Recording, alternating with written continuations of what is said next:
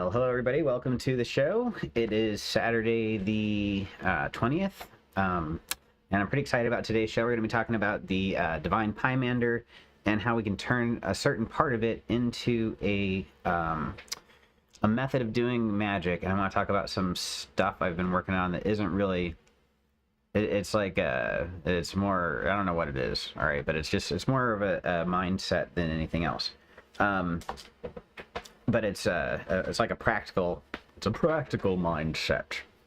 So yeah, so let's see what else is going on. Before I get started, I wanted to talk about where my notes at. I got notes for today's show. Hey, Allison, nice to see you.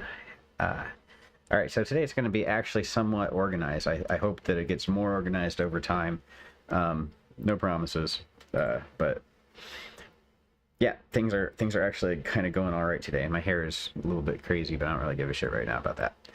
Okay, so today I want to talk about first of all the Hermetic harmonization. I totally forgot to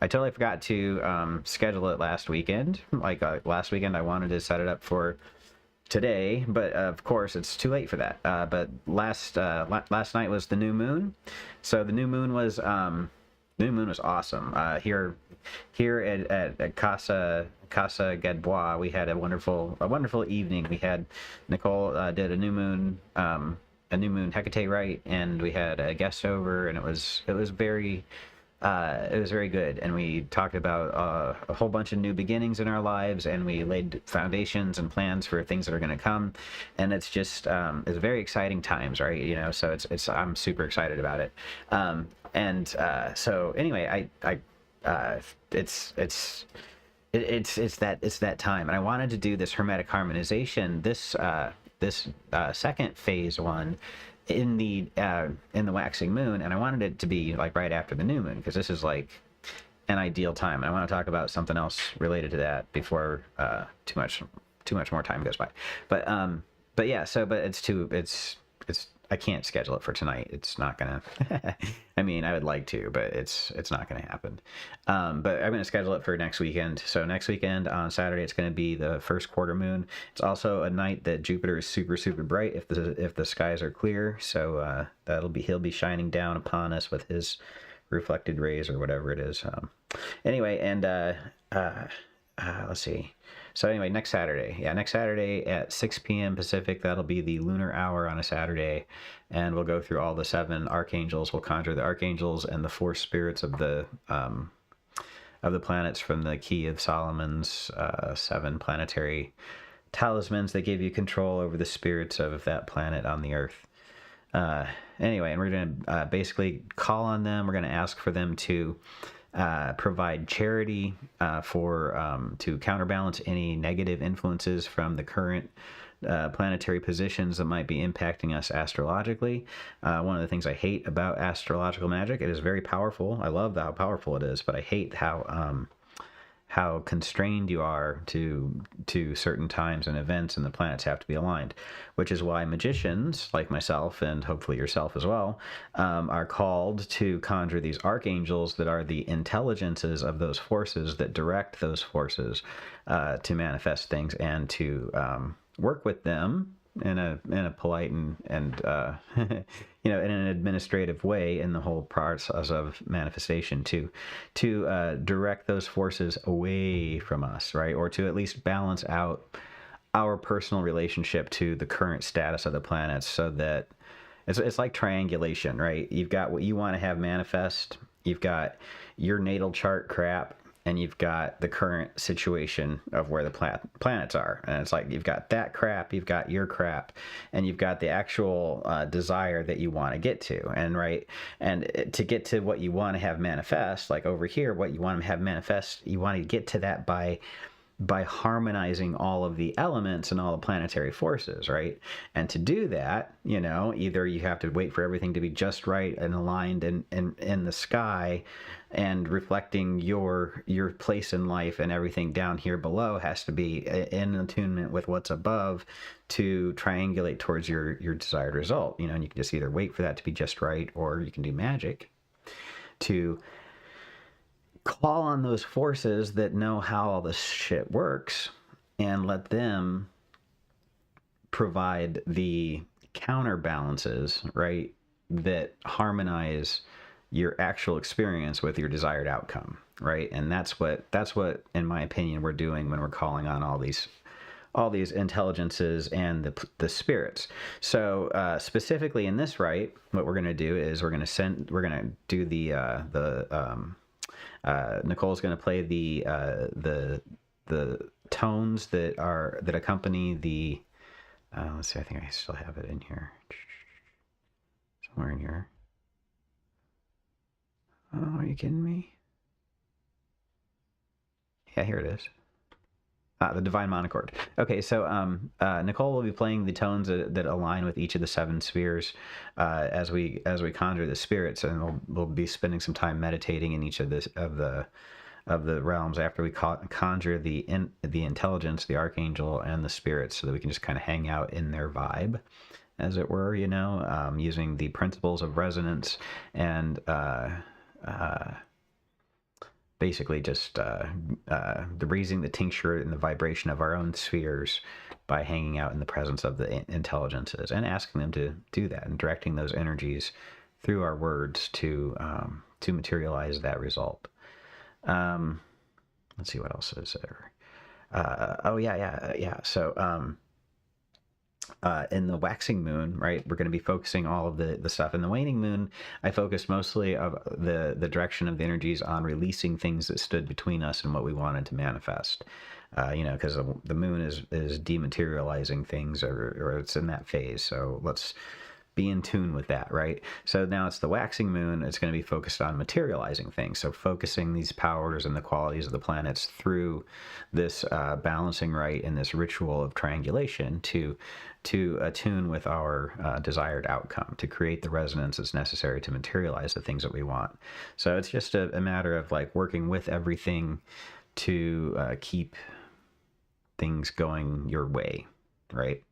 And we'll talk about how that is directly a representation and a direct example of what I consider real magic in the tradition that I have come to practice, at least. What I'm going to talk about today is how in Hermetic, in the divine Pymander, we're told how, what it's all about, what Hermetics is supposed to be about.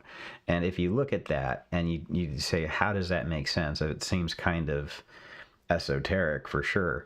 How is it practical as a magician? There's a way to understand it that I think makes sense of it, that explains something that I want to talk about later. But that's what the rest of the show is about.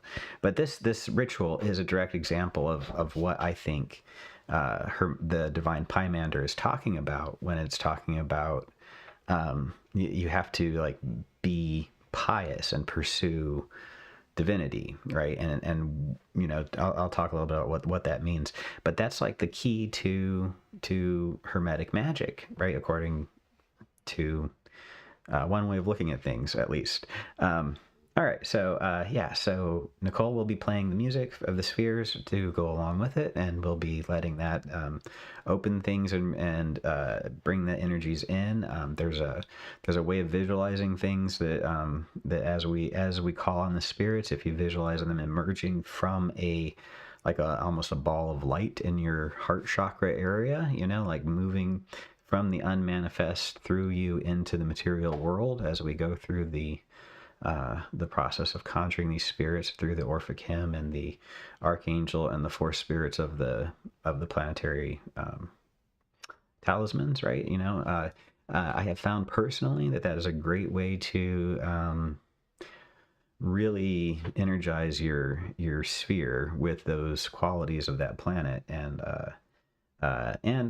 if you don't actually ground that out and give it something to do, it can become very distracting. Like I was almost, I was having a hard time focusing for like almost, I want to say like 3 hours before I figured out what was going on. And it was, I had to sit and meditate and calm my mind and, decouple my brain from my experience for a second, because it was just completely overwhelming how much energy I had going on in my brain. Like, and it was almost like a wall of inability to function because it was just so much potential. And it was like when a cat gets in your way when you're trying to like have a conversation on a camera, and the cat is all you can see. It's like it was like that much power was like, or not power, but potential, untapped stuff that I had called into being, within my aura or my whatever you want to call it, my brain. I had spent so much time focusing my brain on generating the creative energies that I had called upon, and I had that chemical whatever in my brain to go along with that spiritual understanding of it. And it was hard to think, and it went away as soon as I told it what to do. Like, I gave it a direction. And there's neurologically, there's explanations of what goes on in your brain when you do that. And when you tell your brain to do stuff, and you tell this energy that you've called on to do stuff, that's where it becomes a part of you, right? I talk about the lightning that sparks within our cells from the mitochondria to power everything. The way that mitochondria converts minuscule amounts of energy into life-giving force is incredible. And it's a symbiotic relationship, and it's a wonderful thing. But it's like the electricity that powers our cells is like the lightning of that scintillating intelligence, the sky fire that is, the lightning bolt of Zeus, that through which he manifests his will. It's in our cells. Anyway, the I don't remember where I was going with that, but it was important at the time. But anyway, that lightning, something about that lightning being what this harmonization thing is about, right? It's about being able to clearly express that, at least, and manifest it. Is where I was trying to go with all that, I guess. I don't really remember now. But anyway, that's the divine monochord. That's where the 7 spheres come from. That's from Robert Flood, I think. Anyway, it's based on Pythagoras. It's Pythagorean planetary associations to the musical notes that Nicole will be playing as we conjure the spirits. Anyway, yeah. So when you call the energies into being around you, it like creates stuff that goes on, and you have to focus that. So anyway, when you tell it what to do, you just kind of visualize that energy going back into those little mitochondria in your cells, and it just becomes like that manifestation of your experience, right? Your desired outcome. So anyway, let's see what's going on here. People are chatting. Hi, Allison and Douglas, nice to see you. Happy New Moon. And Deanna, good to see you. Okay, great. And Sunchild, nice to see you too. We got a whole little crew there. Good to see everybody. All right, and what's going on? All right, I'm gonna get rid of Divine Monochord. And yep, so that's next Saturday. $38. You can go to my website, www.rufusopus.com. And it's all set up to receive that. Oh, you know what? I don't have PayPal turned on right now. I was getting scammed, or actually PayPal was getting scammed. And they were using my site to scam a bunch of people. So I had to turn off PayPal, but I will turn it back on momentarily. Maybe eventually. But you're going to have to be logged in to be able to purchase stuff going forward. But I'll get that set up in after the show, probably tonight. Anyway, if you can't buy anything yet, I'm sorry, but I feel like an idiot now. Anyway, so yeah, you can just go to my site and almost buy the stuff. Jesus Christ. All right, so let me share my, yeah, so over here, if you go here and do the, this should be, oh, dang it, I gotta fix that. Anyway, I'll have to fix it, but this should be what it should be. If you go to the cart, anyway, it is working for. I'm not sure. You know what? I'm gonna have to do some testing. No, wait a minute. Go to view cart. I don't even know how my own website works. Yeah. All right. Well, pay with PayPal is turned on. Never mind. Forget what I said about that. Interesting. Oh, anyway. So that's that. Anyway, moving on. So anyway, let's move on to the actual Pymander part of this conversation today. I have to cancel my credit card. God damn it, idiot. So anyway, all right. So where were we? Okay. Whoops. Shit. Wait. Nope. Sorry. Push the wrong button there. This one. There we go. That's the one I wanted to to do there. Okay, so let's turn this off. Yeah. So the Divine Pymander, the magic of the Divine Pymander. So in the Divine Pymander, it's in the Corpus Hermeticum. It was written in the 3rd century, roughly speaking. AD, or I guess current era CE. So around the 3rd century CE, the Divine Pymander was written. It was incorporated into the Corpus Hermeticum, which is a group of texts that are attributed to Hermes Trismegistus. It's sort of they're mostly coherent and cohesive. They're hard for me to understand. They read a lot like Plotinus and similar kind of texts from that time period. It's confusing, because, well, I mean, if you look at the lives of these guys, it makes sense, but you got to understand that they're a little bit nutty and undiagnosed, and they have all the symptoms of a very specific type of person that we understand in a different way now. But anyway, it's very interesting to try to understand it from that perspective too. But in the 3rd century, there was a bunch of crap going on because Rome was falling, and like it was a time where all these ideas were blending together under Pax Romani, but at the same time, Rome's power was starting to slip, and it was a blend of New Age ideas sort of came into the mix. We got the Greek magical papyri. We had the Corpus Hermeticum. We had Christianity. We had a whole bunch of New Age religions of the time, all competing for people's attention. And we all know that Christianity won, quote unquote, and incorporated a lot of the ideas of these other mystery traditions, and the other mystery traditions were suppressed or destroyed or whatever. Misrepresented Gnosticism, the Essenes. There are other examples of this thing, of this kind of belief system. But between basically the 1st and the 4th century, there was a lot of wild ideas before Christianity got their hands on things and tamped things down.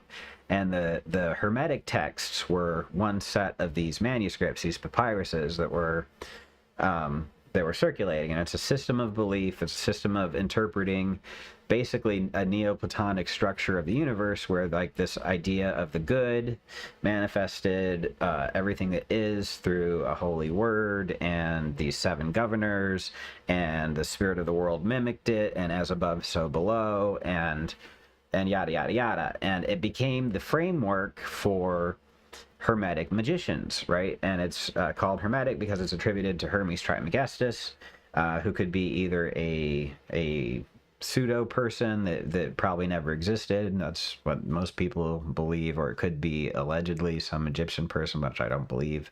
I think that's crap. But basically, it's just a name they would slap on these texts, like Orpheus. The Orphic traditions weren't written by any one guy named Orpheus.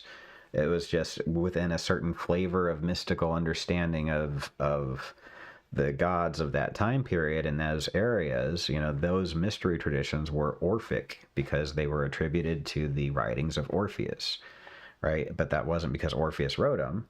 It was because that was what they were attributed to. Hermetic texts were attributed to Hermes Trismegistus, right? And it's just, that's what their theme was. Christian texts were all about this mythical Christ, that was the Bible, or what the New Testament is, right? But these are all apocrypha. These are all revelations, right? Apocrypha means revelation in Greek, I think. But it's like the revelation of the unseen. And these are all apocryphal texts, okay? So the Corpus Hermeticum is an apocryphal text. And when it was translated by the Medicis and it entered back into our Western, or whatever you want to call it, our modern, what I've received in my American pursuit of the occult, whatever you want to call that mystery tradition or thread or whatever, it went through Greece and Europe and into North America, where I think things have changed significantly, especially in the hands of people like myself. You know, it's not the Corpus Hermeticum that the scholars of Cambridge might find and talk about. This is a very mystagogic interpretation of the situation. Okay, it's not.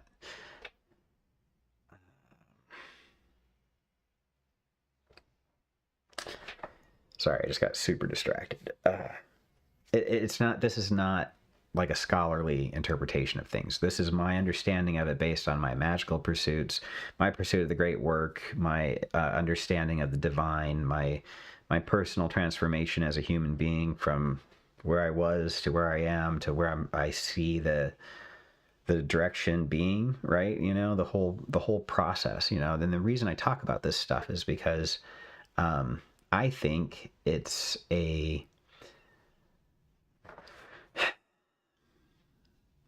way of understanding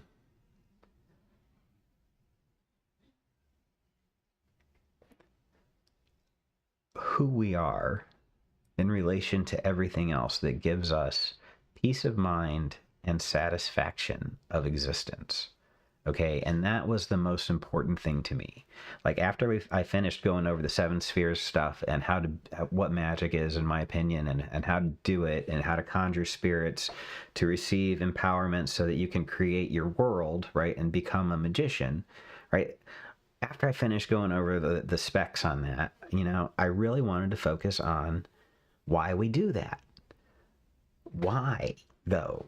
You know, and for that we dive into this Corpus Hermeticum stuff. All right, and that's why it's important to get into it. So the Corpus Hermeticum is one of these apocryphas, these revelations of how it all works, and it became the core of what we do with magic today. It's an interpretation of the Neoplatonic idea, which was another adaptation of the idea of the Orphic traditions that are that there's one demiurgic entity, and it manifests through everything and in everything. That's the Zeus cult in the Derveni manuscript, right? That's the same kind of idea. Okay, it's a different take on it, and I'm going to talk about how you got to be careful with this Corpus Hermeticum stuff and Neoplatonism in general, because it's disassociative and it's political, right? You have to remember text. Set and setting, every trip. All right, Timothy Leary, if you're an acid head, Timothy Leary taught that you had to keep in mind set and setting when you're taking LSD, because your set and your setting determine your trip, right? And if you're having a bad set or a bad setting, you're going to have a bad trip, you know? So you make sure that your set and your setting are right, and you're good to go, you know? And okay, so when the Corpus Hermeticum came out, it had a set and a setting, right? And it had a trip that you would end up on, right? And it was part of that whole process. The Orphic traditions, they had a set and a setting, and these all arguably had a psychoactive ingredient to it, either through asceticism or secret meditation and breathing right, or the use of hallucinogenics. A lot of pharmacopoeia went along with these magicians, okay? A lot of tripping went on with these guys. It is very much an entheogenic tradition that we're a part of, right? It's part of Hermes himself, is that he's the god who teaches ecstatic experience with the divine through drugs, right? That's part of what he teaches is drugs, is maidos huios. Okay, that's his epithet, the drug Hermes. You know, he's the god of ecstatic mysteries. It doesn't get more ecstatic than the mushroom mystery cults, right? So anyway, I treat this kind of thing as a given, but trust me, I've done a lot of research on it before I reached that conclusion. And it's not just by doing drugs. That came after the research.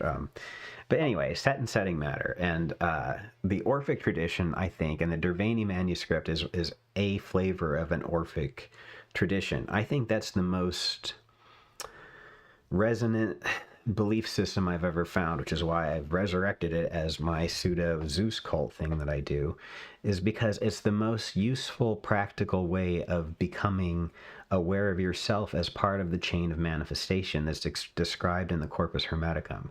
The Corpus Hermeticum is a great text, but it's got some issues, right? So this is the Corpus Hermeticum. It's the second book called Pymander. This is on sacredtext.com, totally free. You just go there and read stuff. Sacredtext.com, so/pim/pyme03. But if you go and Google Divine Pymander, it's one of the top results, but it's at sacredtext.com.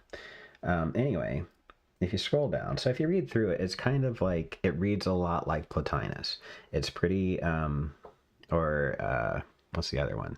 Timaeus. If you read through Timaeus, Plato's Timaeus, it reads a lot like that. And in fact, one of the dialogues in Pymander is a Timaeus dialogue, right? I mean, it's not like you don't know who they were modeling themselves on and who they were competing with socially when you look at the actual names of the people who are doing the dialogues and the form that they actually have the dialogues. So this is a dialogue between Pymander and Hermes, right? So this is basically Pymander Hermes Trismegistus. He was taking a nap, and while he's sleeping, he had this revelation of the divine Pymander revealing himself. And the divine Pymander means shepherd of men, right? And if you're familiar with Christianity, that was one of the names of the Logos, right? Jesus Christ called himself the shepherd of men, and that word he used was Pymander. So when the Corpus Hermeticum is referencing Pymander and Logos, it is directly competing with John, the book of John, where Christ is described as, I am the Word, and this is the same. It goes the same way. Like Christianity was directly competing against the Hermetics, right? Simon Magus, right? I mean, these are the competition of the Christians at the time. The Hermeticists didn't win because they didn't offer absolution or the level of control that Caesar could get through Christianity, right? Hermeticists teach people to personally pursue the divine. They don't tell you to go through the king, to go through the emperor. Christianity sold out. They sold out big time, so that they could oppress other people and tell people what to do and break the noses off the statues of the gods, right? And it was just like when the far right takes over anytime, whether it's the Taliban blowing up the statues of Buddha or anyway, it's just one thing after another. Anytime an extremist organization wins any kind of power, they just break everything, and it sucks, But there's always a remnant. There's always a hope. There's always a sliver of light that stays lit in the darkness, because it's the reason that stuff happens is so that we can try again. All right, we got it close for a minute, I think, for some of us, but the expectation was that it was bad enough getting there that way, but then once you get a foothold, you can share the wealth. We could solve all the problems by sharing the wealth and not letting a handful of people keep it. But we do. We let a handful of people keep it, and we're letting it happen right now. It's every day we do that, And anyway, don't get me started on that. I have opinions about that kind of thing, but that's the kind of distraction. That's just a distraction from the main point of everything, honestly. Anyway, so the divine Pymander. It was one of the competing belief systems against Christianity, and it teaches a very similar kind of thing. It teaches a way to be saved from the sorrows of the world. Okay, later on it became the great work. The great work is the method of turning yourself from shit into gold, and you do that by conjuring these 7 spheres. That's one way to do it. That's the way I teach to do it. It creates an alchemical process of transformation that cleans you up and heals you and fixes the things that dimmed your shine and purifies you and cleanses you and gets you more able and more efficient to project the qualities of the planets through your life and your choices and your actions in ways that help you attain what you desire. And I say that because it's true and it works for me, and I'm proving it daily. And it's an ongoing process. It's not one and done. There's no such thing, but there is progress to be made, and ways to do it more quickly and more efficiently, right? And it's about forgetting things. Anyway, part of it involves forgetting things in the right way, and remembering things in a different way. Anyway, on with that. Back to the Pymander. So, understanding the framework that it was a time of warring ideas, and where people were just dipping on each other's belief systems to get as many mystery cult members as they could, because whoever got the most mystery cult members had the best chance of surviving, right? And also there was limited funds. Okay, I took the name Mystagogue from the type of person that was at that time running all these cults. Okay, they were totally the person that was reinterpreting the myths in a way that brought meaning to the lives of the cult members, right? They were doing it for power and wealth and whatever, prestige, right? The Hermeticists were not. They were doing it for enlightenment, attainment, and personal union with the divine. Okay, so we're the Theurgists, in my opinion. They were trying to do a certain thing that was about understanding and incorporating the light of the divine, the eternal divine that was beyond words. But it was still based on the idea of the sky fire that we find in Heraclitus, right? It goes back to the very, very beginning of everything that we can find records of. The fire in the sky, the light of consciousness that permeates all things,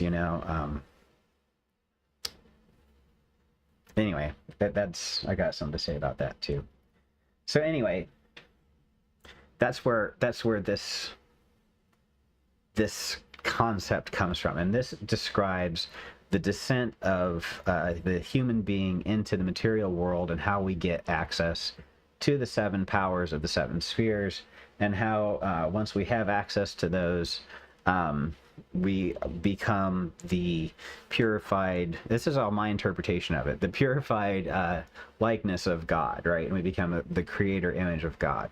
And if you understand it from the perspective of the Orphics, that we are all Zeus, that Zeus is the source, the noetic mind that's talked about here, that Zeus is the Logos, the Pymander, Zeus is the 7 governors, Zeus is the human being, Zeus is the world at large, Zeus is the mother spirit that made everything in reflection of the above. All those things are Zeus, right? If you understand that that's just another way of expressing what happened after Zeus consumed the Orphic source of creation in the universe, it's just another way of understanding that process and that expression and emanation of the all thing within the all thing. Right? Anyway, this book provides really useful ways of understanding the process and understanding what's going on for us practically to use in our day-to-day life. And it also provides political crap that is directly related to selling itself against its competitors. Okay, and if you look at verse 54 here, Pymander says, take heed what you say, for I, the mind, come unto men, right? So he's the mind. This is the noetic mind. When he says, I, the mind, he's saying Zeus the head, I, the source of everything that is, exist as a word for you, Hermes. Why would I do that? Let me tell you.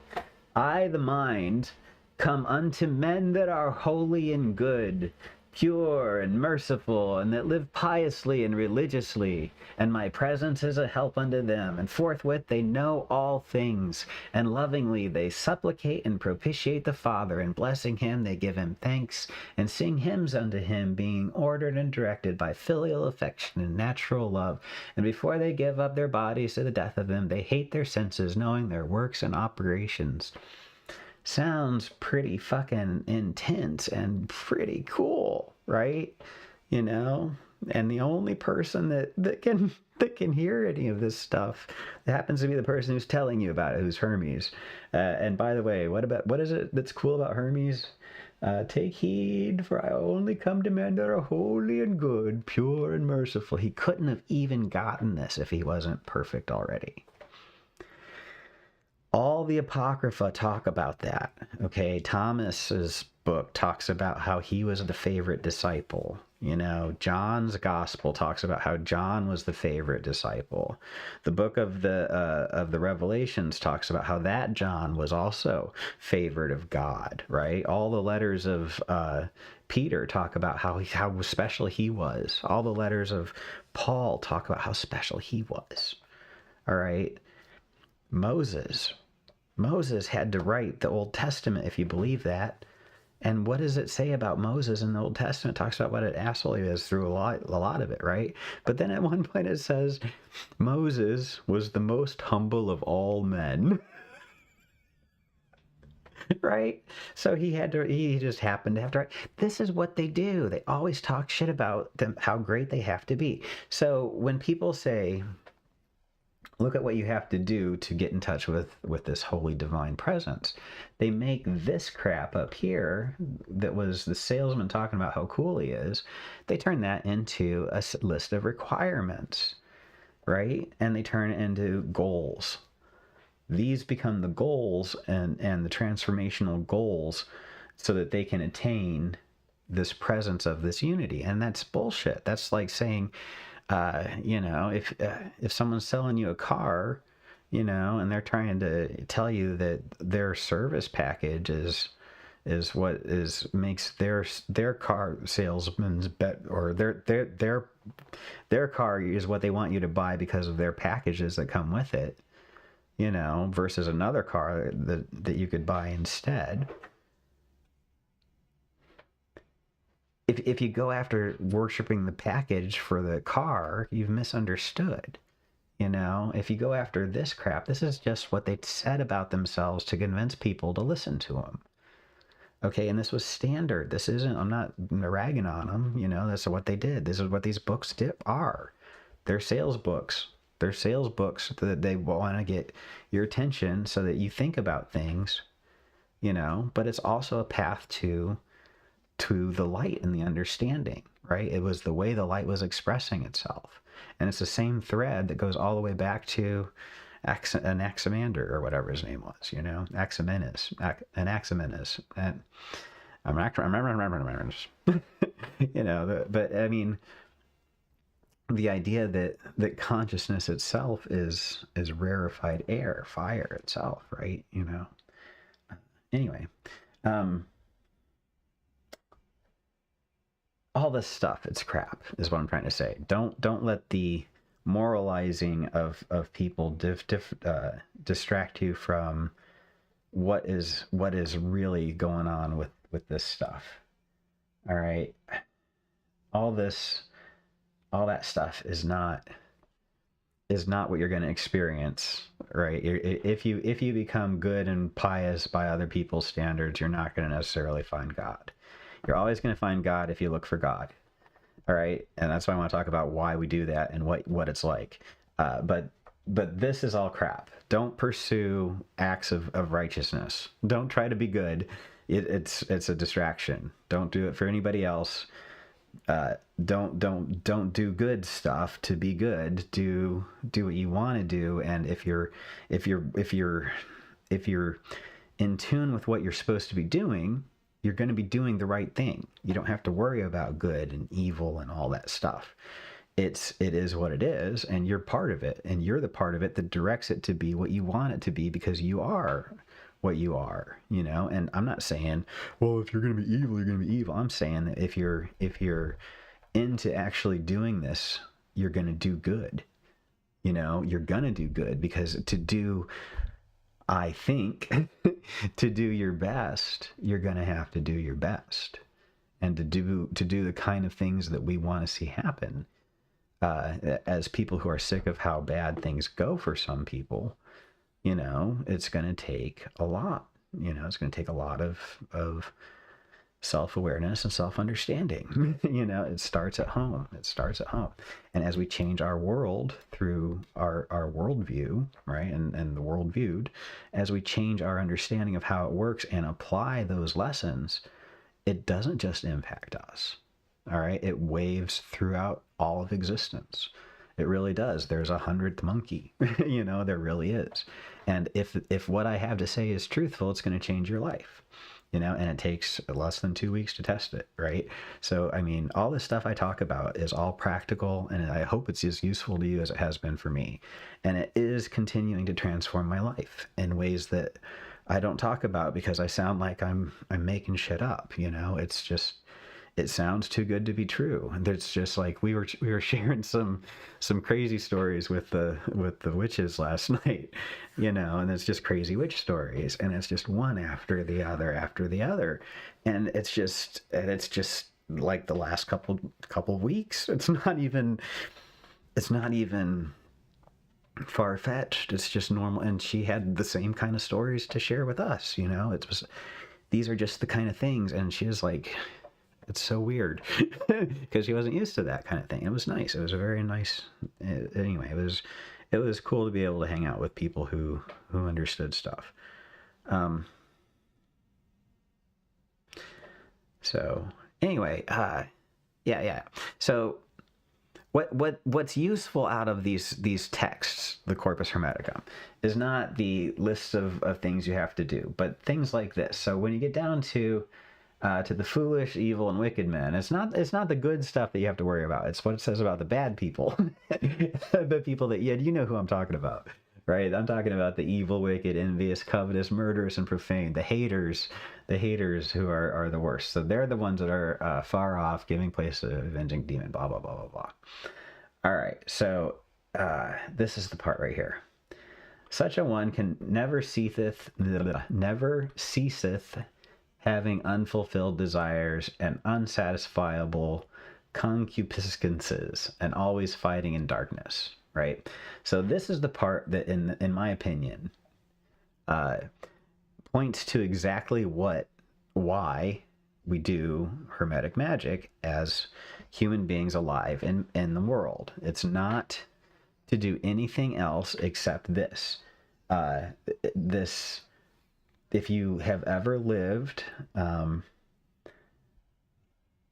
having unfulfilled desires and unsatisfiable concupiscences, and what that means, concupiscence is a frivolous fuck. Okay, it's when you have sex without no strings attached. It's just for the momentary gratification of it. There's no intent to create anything with it. It's just okay, and you move on with your life. Right? And it's what's wrong with that?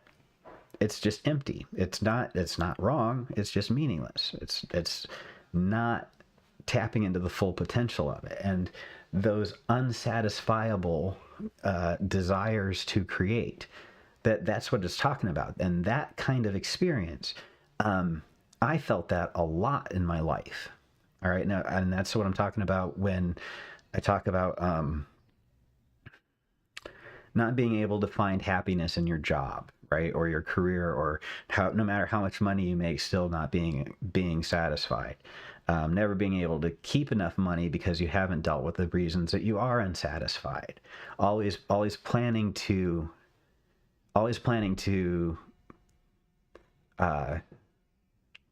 what's the word, rise, right? Always planning to overcome rather than planning to have already overcome, right? It's like you imagine yourself struggling and winning, but you don't imagine yourself having already won, because you can't imagine that. You can only imagine the struggle and winning, right? And it's like that's the goal, but it's not the reality that can be attained. Okay, you cannot attain a win. You can win a battle, right? But it's not. You never won one. Okay, you never get to the end, right? And even when you die, it's just another phase of the whole process, right? And that's another part that's good about this whole Corpus Hermetica. So within the texts of all this crap, there's like all this sales crap in it, and stuff that tells you how to behave and what to do with your power is usually crap. Okay, usually. I mean, most of it is like common sense anyway. If you do evil, you get evil, and it sucks and it's not fun, and you suffer, and you're like, oh, don't do that anymore. And then you learn and you suffer and you get wiser and you don't do that stuff, right? So most of the stuff I'm talking about, I think, is going to be most effective to people who've already stopped being douchebags. And I think one of the big criticisms I've gotten about things before is like I don't treat things respectfully. Like I don't respect the impact of some of the stuff I present, right? It can cause a lot of harm in people's lives if they're not careful about what they're doing. And I don't seem to have the kind of compassion for the suffering that goes along with that wisdom attainment, right? And the process of attaining that wisdom. And a lot of that is because I'm numb to a lot of that stuff. I don't feel it because it's hard to feel that stuff. I've had to, through therapy and all this other stuff, I had to go through a lot of stuff, that was not comfortable. But I also went through a lot of pain when I was going through a lot of stuff in my life, and it changed me and it brought me wisdom, and I understand how things work. And I don't know. It's I don't know how to put all this stuff, but it creates a critical mass where you can actually begin to sorry, just a second. All right. It hits a critical mass where all of this stuff comes together with all the pressures of all this other stuff, and it creates this process of transformation, right? Anyway, where was I going with all this stuff? All right, so within the sorry, let me go back to the manuscript here. So within the manuscript itself, it talks about how the main process of this. Okay, all right. So the main purpose of this feeling unfulfilled and all that stuff, right? That source, all that suffering that you go through your bad choices, as you go through those painful things that teach you those wisdom nuggets, those little nuggets of joy, those nuggets of truth, that's when you realize things like this is the core truth behind it. That this having these unfulfilled desires and unsatisfiable desires to create things, every time you try to create things, you're thwarted in it. It's because you're being some kind of a jerk somewhere in your life, or you haven't resolved something that's dissonant. You haven't gotten yourself in alignment with those qualities of those planets that would let you express that stuff. And the way to do that is by turning your attention back away from the outward pursuit of the desired results and to the inner source of how you're projecting that miss thing into your life, right? So this core truth here in verse 57, this feeling unfulfilled desires and unsatisfied ability to create things, those concupiscences, that is the essential frustrating state of existence that is a warning flag. It's your red flag that brought you to Hermetics.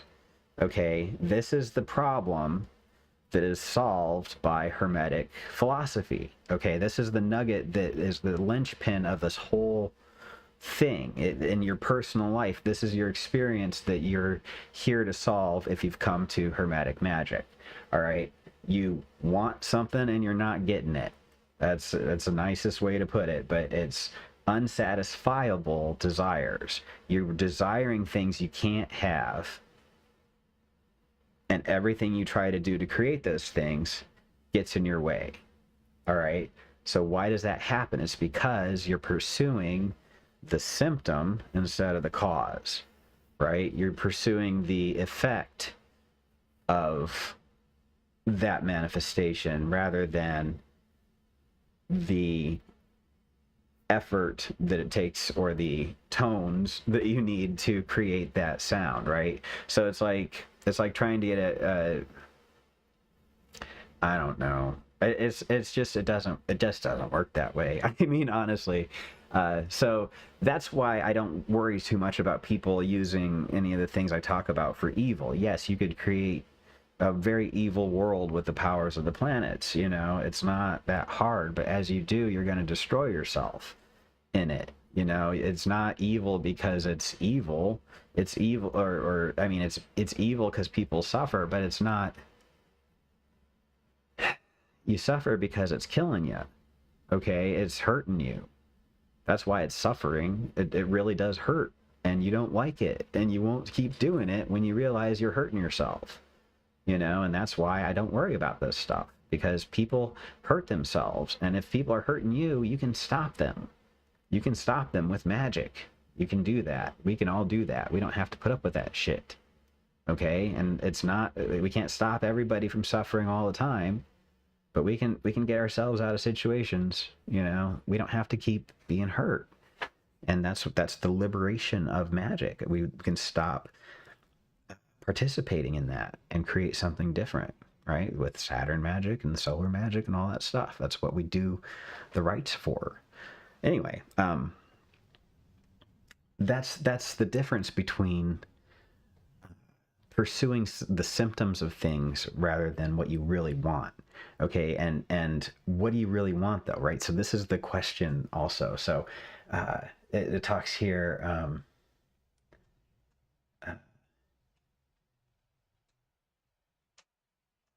Where is it? So here, I in that mind itself will not suffer the operations or works which happen or belong to the body to be finished or brought to perfection in them. No, not that.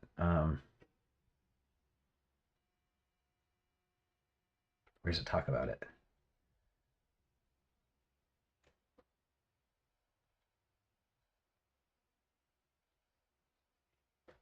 Here.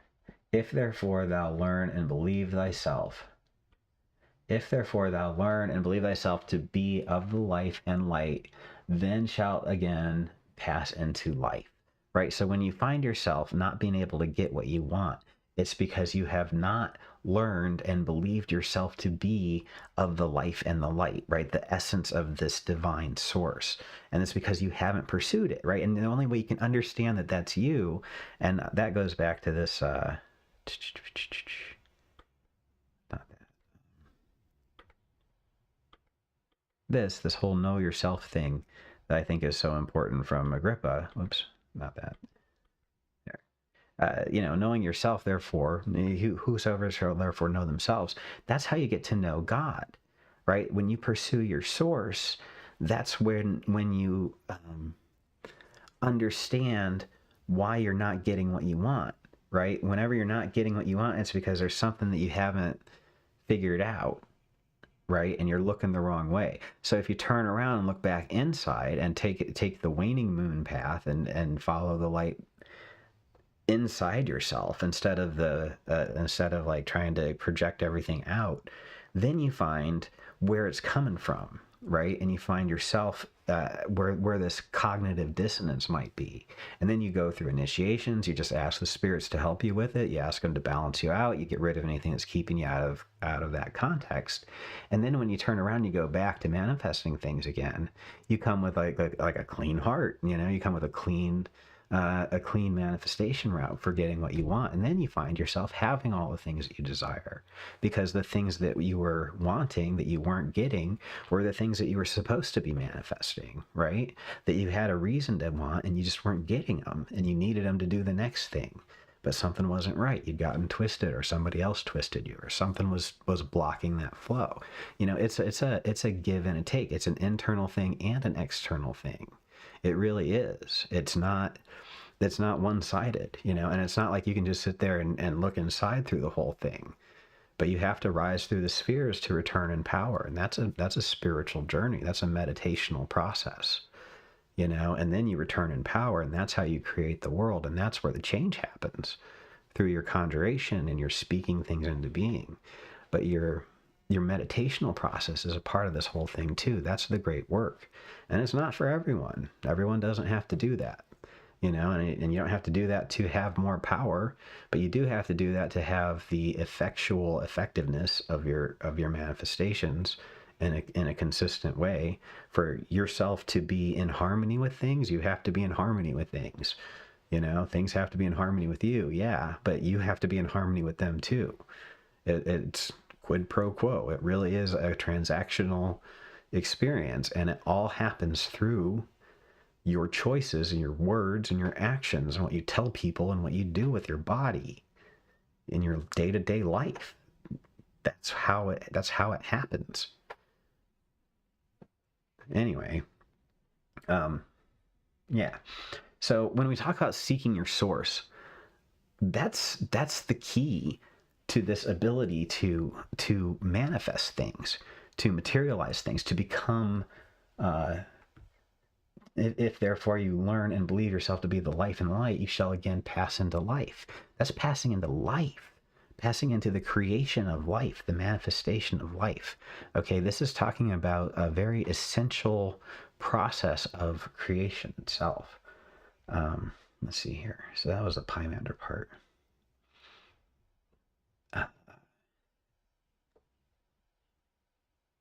So what does it mean? What are we pursuing? So what are we actually looking for from the source? When it says, when you pursue the source, he's with you. Where does it talk about that?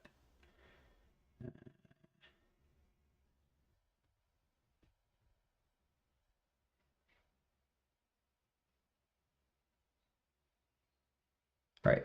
So basically, he's far off from the people that are murderous and profane, but he's with the person that isn't. Right. So to be with God itself, right? To be with this Pymander is to be in this life and light and in life itself, in the creation of life, right? So it's by pursuing that unity with it, and not necessarily being one with it, but yeah, also being one with it, by pursuing that unity with that divine Pymander, by being close to that noetic mind. That's how you avoid this inability to create things. So when you're out and unable to manifest the things that you're desiring, stop trying that for a minute. And I'm not talking about quit your whole shit. I'm talking about take 20 minutes and sit down and look inside. Look inside, relax your body and look inside, relax your mind and look inside, relax your heart and look inside. Look inside, pursue your source. Find your source, right? And then find your peace of mind on it, right? And figure out why, what's going on, And then you're going to have a different perspective on things when you come back to it, right? Where is your source of frustration? Where is it really, What can you do about it? Can you do it now? Do you have to do it later? Can you just never do it? What does it take to close that loop? There's 3 fates, by the way. Yes, no, later. Just so you know, if you ever have an overwhelming list of things to pick from, there's just 3 fates for everything. Anyway,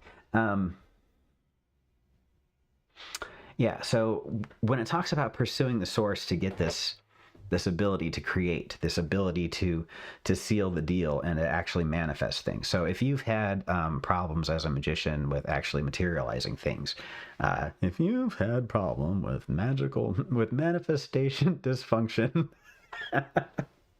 if you're having manifestation dysfunction, all right, how do I put this?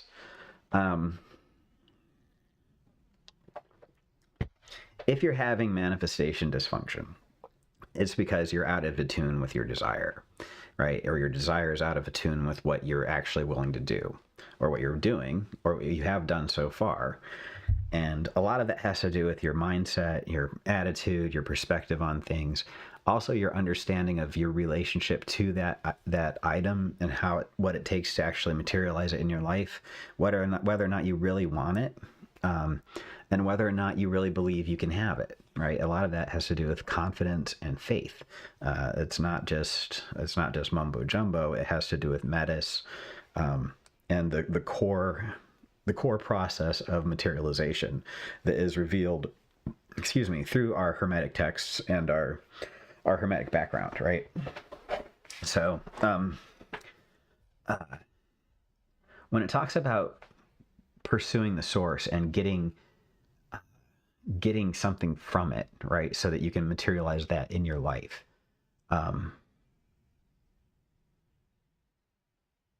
today's Saturday. That awkward moment when you realize it's Saturday and not Sunday. No show tomorrow, guys. I guess I'm doing it a day early. So anyway, yeah. So what are we getting from our source then? Right? What we're getting from our source is, there's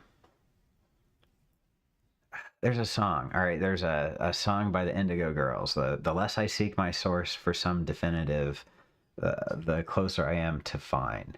Right. And they're saying that they feel better about themselves, about everything else in general, when they stop going to their source for something definitive. And I was thinking about that and how that is, that's exactly right.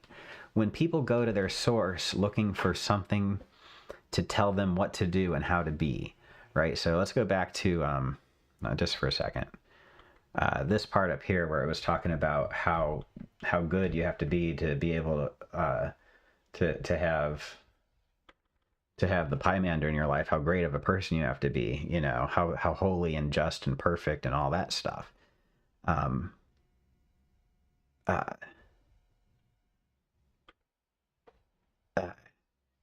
Shit, I lost track of what I was going to say about that. Oh yeah. That's the horse shit that is a distraction from, that's looking for a definition from a book to tell you how to be as a human being. Okay, this whole thing is a set of behavioral guidelines that tell you what you have to do. If you A, B, C, D, E, then you X, Y, Z. And that's not how it works. That is not how magic works. The great work is not, I'm going to do calcination now, and after that I'm gonna do the next. It's not how that works. Okay, it's, you have to go through each of these phases that resemble this process, and for you it's going to be different because you're a different set of material, and the chemicals interact differently with the impurities that you bring to the table, and that's just how it is. And that's why we all have different natal charts. That's why everything is sort of unique, even though it's sort of similar. It's just how it is. It's a process. But this list of thou shalts and thou shalt nots, that's crap. There's nobody telling you what to do. You're free to do everything. Do what thou wilt is the whole of the law, and suffer the consequences. Right? You have to deal with the consequences. You're not living in a vacuum. And if you hurt other people, they're going to hurt you. Hurt people. Right? Do unto others is common fucking sense. Anyway, yeah, you can't worry about all that stuff. You can't get a definitive answer from your source. The source can't tell you what you're going to be. There's no answer. Okay, there's no one answer for you for the rest of your life. The source will not give that to you. This telling you how to be so that the source is with you forever is bullshit. There's no set of practices that are always going to work forever. Some days the mantra is going to do it for you, and some days it's not. Some days you're going to get a holy experience out of it, and other days you're going to get irritated that it's taken so long. It's how it is, you know? But that's part of it. Some days you're going to feel great about things, and other times you're not. C'est la vie, right? That's just how it is. Anyway, it's a process. The thing is you don't get an answer from God. Okay, there's no answer from God, from your source, that's going to make it all make sense. It's a process. It is the process of creation, the process of manifestation itself.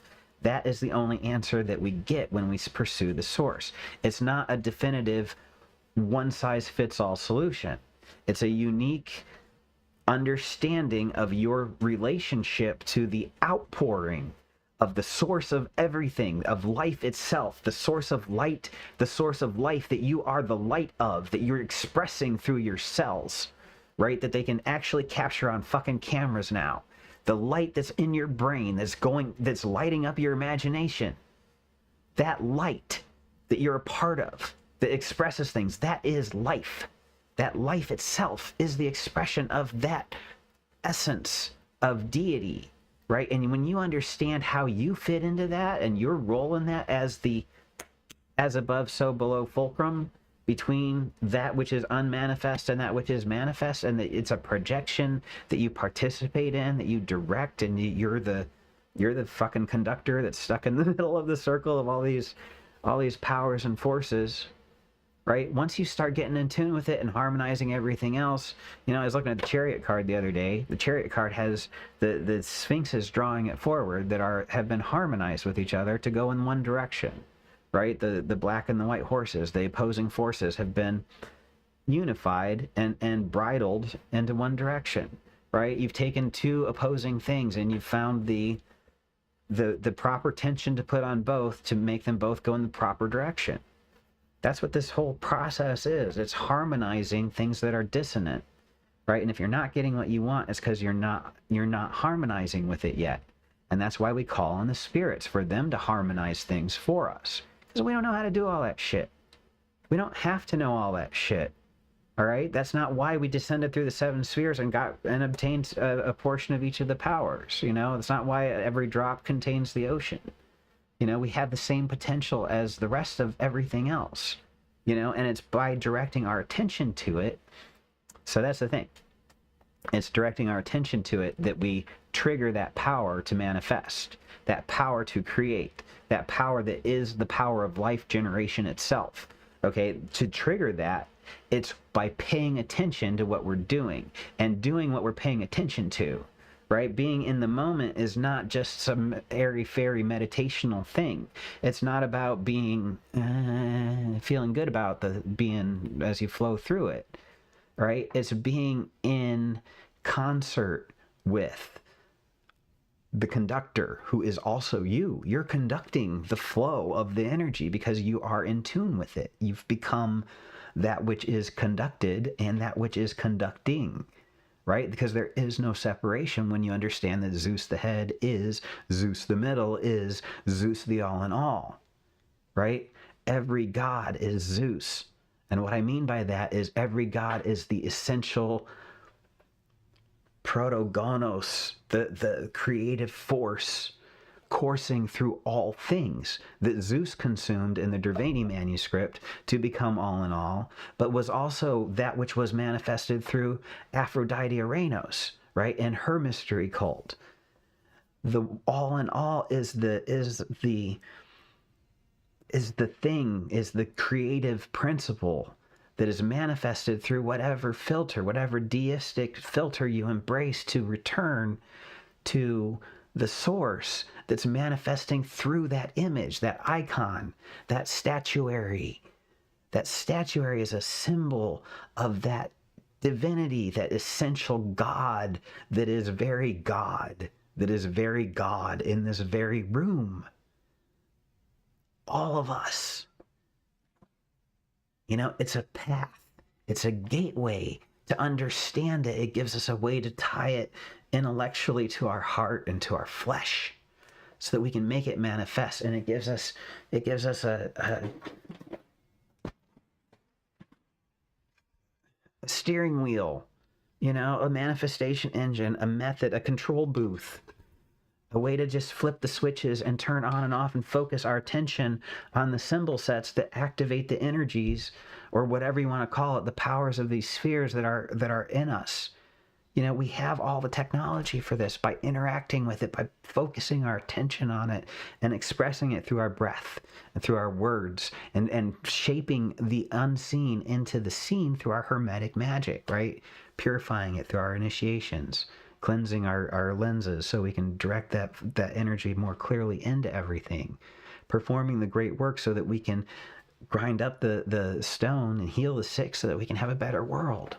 Right? That's why we're doing all this stuff. That's why we do magic.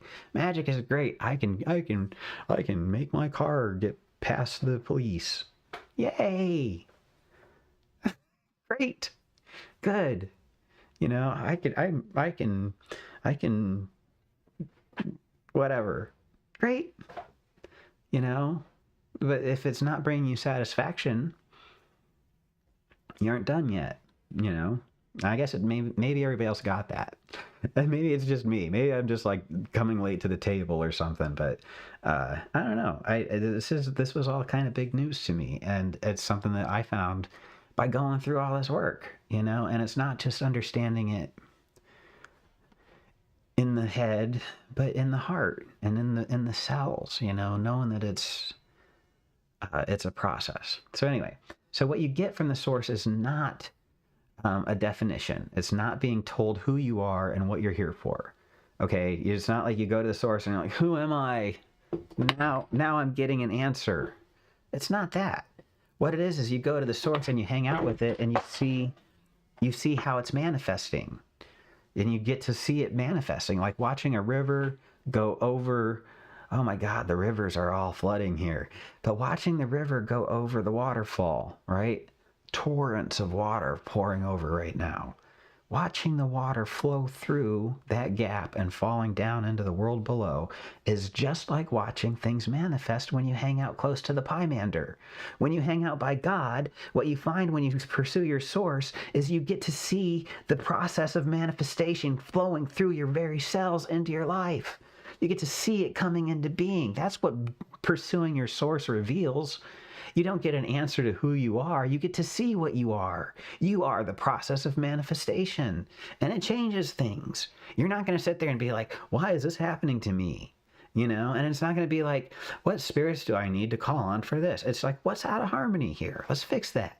And let's get back in tune. And when you're back in tune, things flow according to what you want and what you desire. And what you desire is where things are heading. And who knows whether you're the one succumbing or it's succumbing to you? Who cares at that point, right? Because you're the one manifesting what you desire, right? That's what magicians do, in spite of the weather that the astrology has going on, Anyway, so that's what you get from God. It's not, when you pursue God, you don't get an empowerment that you don't already have.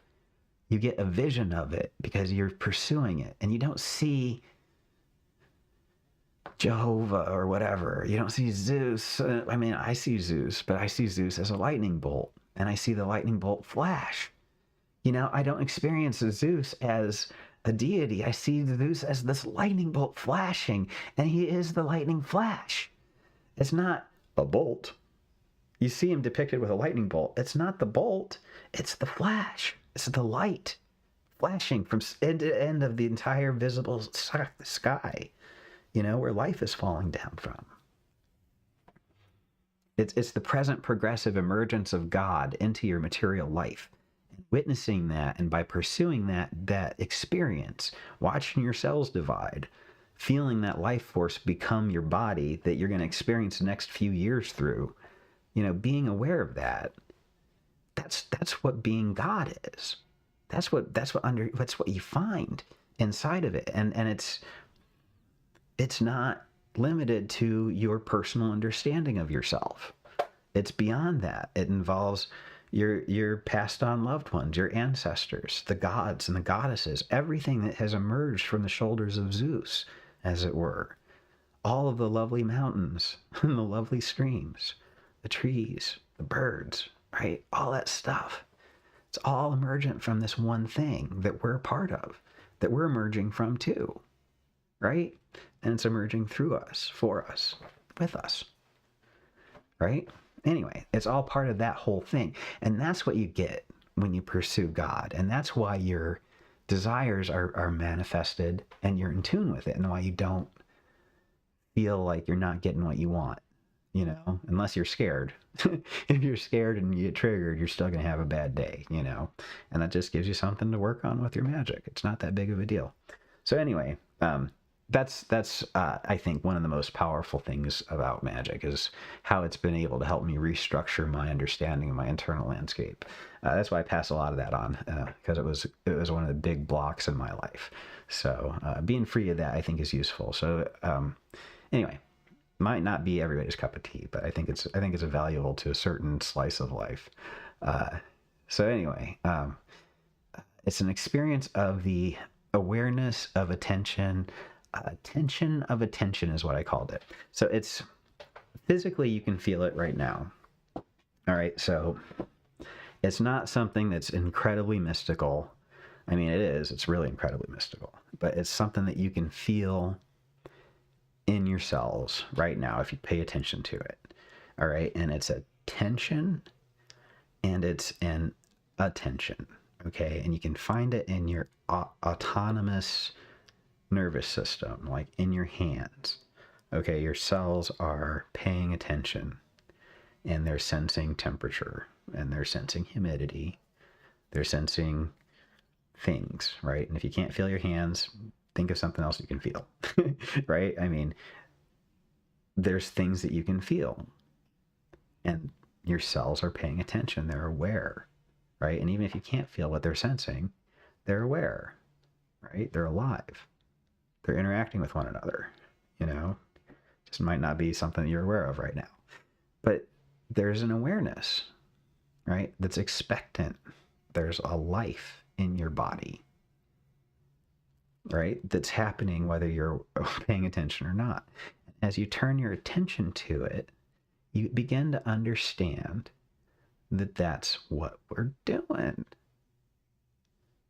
We're paying attention all the time. And that's what life manifesting feels like, right? And so what you pay attention to is what grows, is what comes out of this ongoing cellular expansion into this material world. It's flowing through us into what we do. It's not just biological, it's not chemical. I mean, it is. It's all part of that. But it's spiritual, it's essential, and we find it through these holy texts.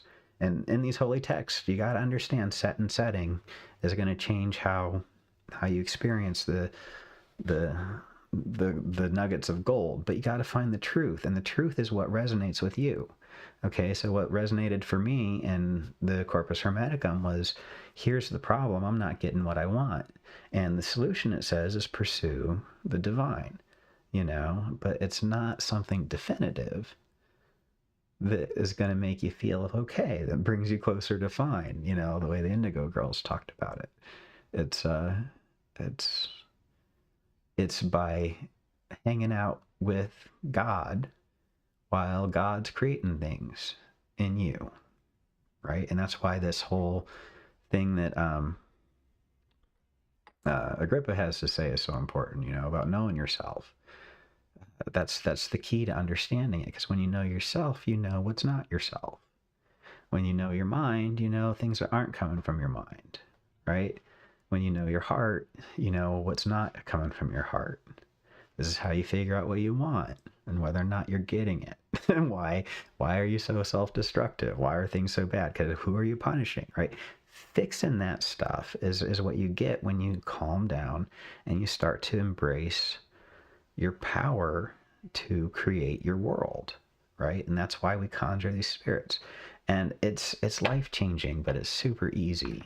Okay, it's super easy. These symbol sets that we have access to unlock the powers of creation, the powers of transformation, the powers of healing, the powers of direction, direction, not manipulation, not like whining and but actually directing how things go, right? And not, I haven't been able to fix everything, but I'm able to fix a lot of things, and it's getting better, you know? So anyway, it's useful. It's been very useful to me to put myself back in the center of my life, you know, and just feel like I'm driving again. And it's been, it's a slog, you know, but it's a process, and I feel pretty good about how things are going so far. So anyway, I think I got a lot to share with all this stuff. It's pretty useful. Anyway, if you look at oh my gosh, I have a whole bunch about Eros and Ananke, Orphic Rhapsodies, the Devane manuscript. Oh my gosh, I've got like 2 more hours worth of stuff to talk about. Anyway, I'm not going to talk about all of it today. I'm going to go ahead and wrap things up there. I didn't even realize that today was Saturday. I thought today was Sunday, but I wasn't even supposed to do a show today. This is what I get for working so much. I've been working weekends, and I got everything screwed up. So Nicole says, I was going to tell you, but you were set. Okay, I see how it goes. No, it wasn't entirely okay. So I was just confused. Flood got shit too. All right. Okay, I guess that's it then. All right. Hey, everybody, have a great weekend. I'm gonna sign off, and no show tomorrow.